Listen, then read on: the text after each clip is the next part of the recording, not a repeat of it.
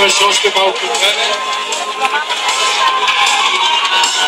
5, 4, 3, 2, 1, старт! Ето това е.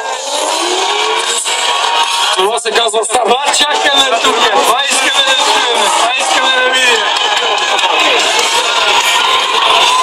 И с номер 8 Паскал Паскалев.